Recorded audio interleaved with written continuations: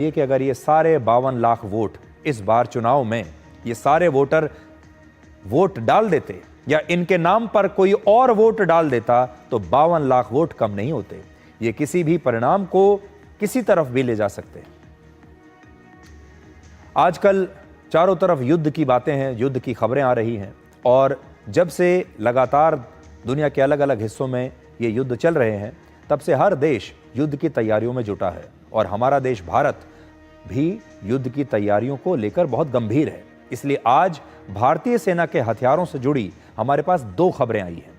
पहली खबर यह है कि आज 3 अपाचे लड़ाकू हेलीकॉप्टर्स अमेरिका से भारत पहुंच गए हैं और जल्द ही ये आधिकारिक रूप से भारतीय सेना में शामिल हो जाएंगे। और दूसरी खबर आपके लिए यह है कि भारतीय वायुसेना में 62 वर्षों की सेवा देने के बाद MiG-21 फाइटर जेट सितंबर के महीने में रिटायर हो रहा है और इनकी जगह स्वदेशी तेजस फाइटर जेट्स ले लेंगे। और आज हम इन दोनों खबरों को आपके लिए डिकोड कर रहे हैं। सबसे पहले आपको अपाचे लड़ाकू हेलीकॉप्टर्स के बारे में बताते हैं। आज गाजियाबाद के हिंडन एयरबेस पर अमेरिका से 3 लड़ाकू हेलीकॉप्टर्स आए हैं और इनका पूरा नाम है AH-64E अपाचे। इन हेलीकॉप्टर्स को डेजर्ट कैमोफ्लाज यानी रेत जैसे रंग से पेंट किया गया है जिससे इन्हें रेगिस्तानी इलाके में छिपने में मदद मिलेगी।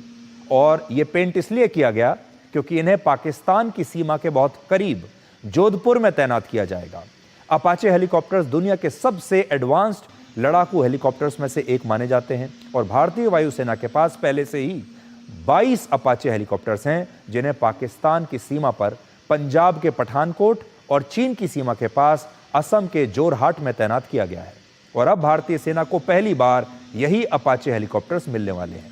हालांकि आज ये हेलीकॉप्टर्स भारतीय सेना में शामिल नहीं हुए हैं लेकिन आने वाले समय में इन्हें आधिकारिक रूप से सेना में शामिल किया जाएगा। रक्षा मंत्री राजनाथ सिंह ने कहा है कि इन हेलीकॉप्टर से भारत की रक्षा क्षमता और मजबूत होगी और मुश्किल इलाकों में भारतीय सेना की ताकत अब पहले के मुकाबले बढ़ जाएगी।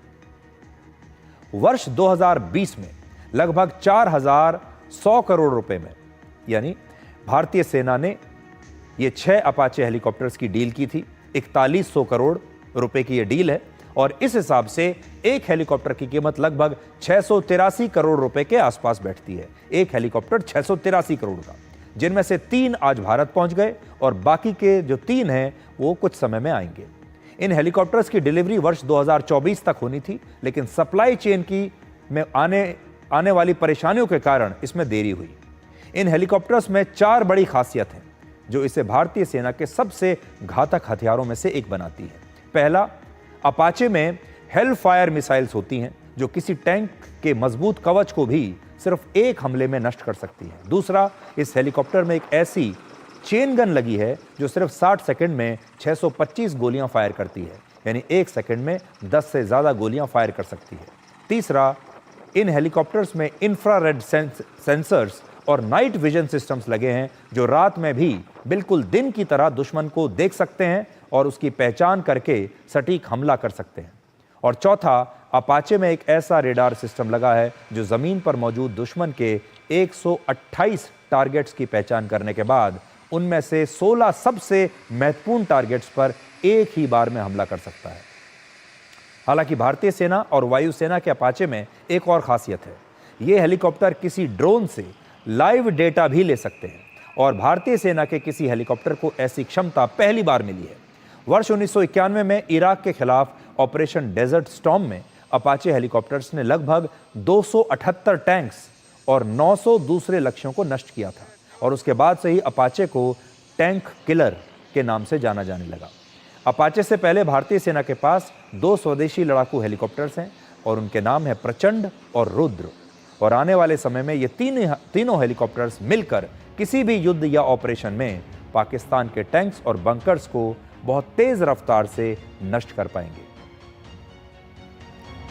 तो हमारा एक हथियार आया है लेकिन हमारा दूसरा हथियार अब जा रहा है, यानी एक का हमने स्वागत किया है और दूसरे के फेयरवेल की हम तैयारी कर रहे हैं। तो अपाचे का हम स्वागत कर रहे हैं लेकिन MiG-21 के फेयरवेल की तैयारी कर रहे हैं। इसलिए हम भारतीय वायुसेना के एक पुराने योद्धा यानी MiG-21 फाइटर जेट के रिटायरमेंट प्लान को आपके लिए डिकोड करेंगे, जिसने वर्ष 1965 में भारत और